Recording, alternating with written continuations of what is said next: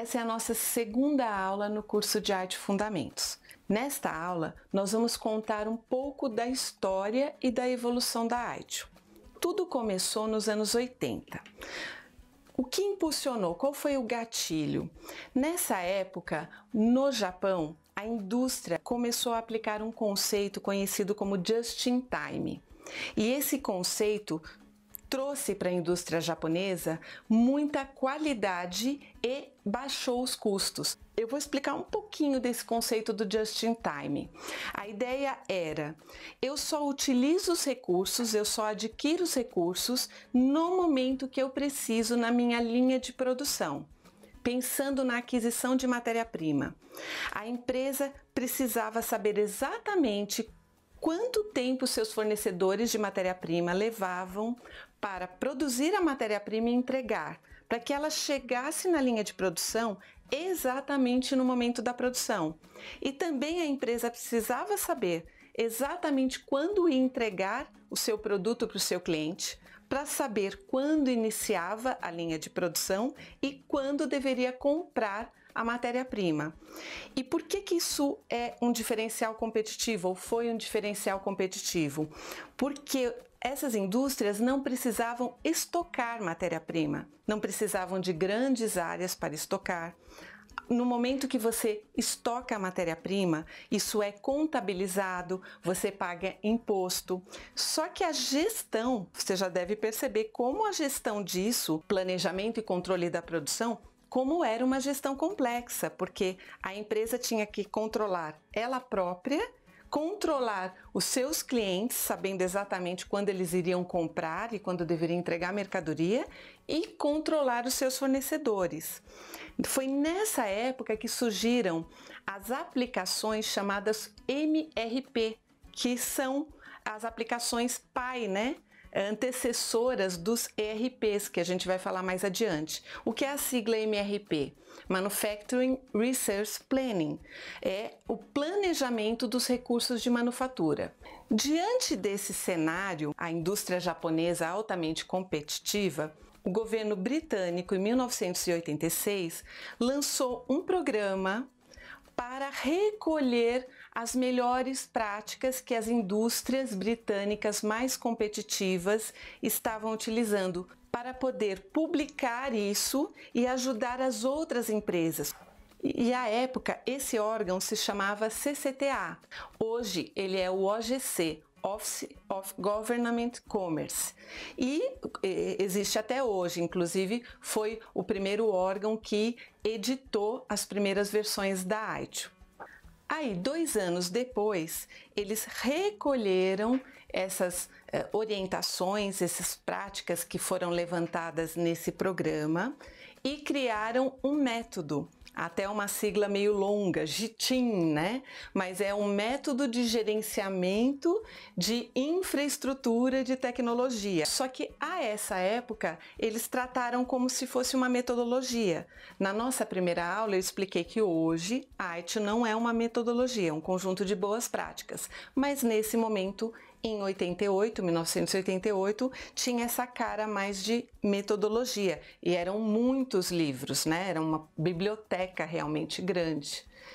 Aí, em 1989, já com o nome de ITIL, surgiu a primeira versão, os primeiros conjuntos de livros ITIL.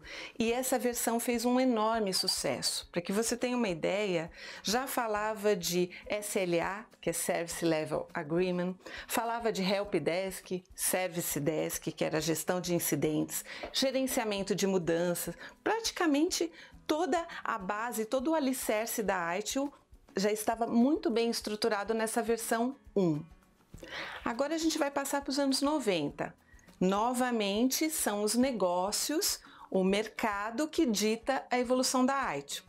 Se nos anos 80 a gente estava falando dos MRPs que cuidavam da linha de produção, da automação completa aí da linha de produção, o que aconteceu com os empresários? Nossa, foi tão bom essa automação do controle do chão de fábrica, da linha de produção, agora eu quero isso também na minha área de faturamento, na minha área de RH, na minha contabilidade. Então, as empresas quiseram adotar os mesmos controles, né, ou esse grau de controle para todas as áreas. Então surgiram os ERPs, Enterprise Resource Planning, justamente gerenciar não mais só a linha de produção, gerenciar todas as áreas da empresa. Teve também uma outra onda nos anos 90 de aplicações. Aí uma evolução do ERP. Imagina que eu tenho um ERP rodando numa indústria ou numa empresa. Então, todos os dados operacionais da empresa passam a ser armazenados. Eu tenho lá folha de pagamento, eu tenho todos os fornecedores, eu tenho os controles de estoque, eu tenho todas as informações de custo sobre a linha de produção. É muita informação. E aí os empresários, né, os donos de negócio falaram: nossa, eu gostaria de analisar essas informações, porque com base nessas informações eu posso tomar decisões estratégicas para redução de custos ou até conhecer melhor como que é meu processo comercial, para que empresas mais eu vendo, qual é o ramo que mais compra de mim e aí tomar decisões estratégicas. Então surgiram as aplicações de BI, que é Business Intelligence. Exatamente, eu pegar aquele monte de dados que o ERP tem e transformar em inteligência. E aí, também nessa década de 90, a internet, que antes estava numa seara muito mais científica e universitária, né? Nas universidades, nas pesquisas universitárias, a internet já existia há um bom tempo, ela começou a ser utilizada pelos negócios. Sites institucionais, os bancos utilizando internet banking e timidamente começou o e-commerce. Aí a Aitio já sentiu necessidade de se atualizar um pouco, de evoluir um pouco. Não dava mais, como na década de 80, para sair ali empresa a empresa recolhendo informação. Por quê? A coisa já estava andando mais rápido. Então, em 1991, a Aitio criou um fórum.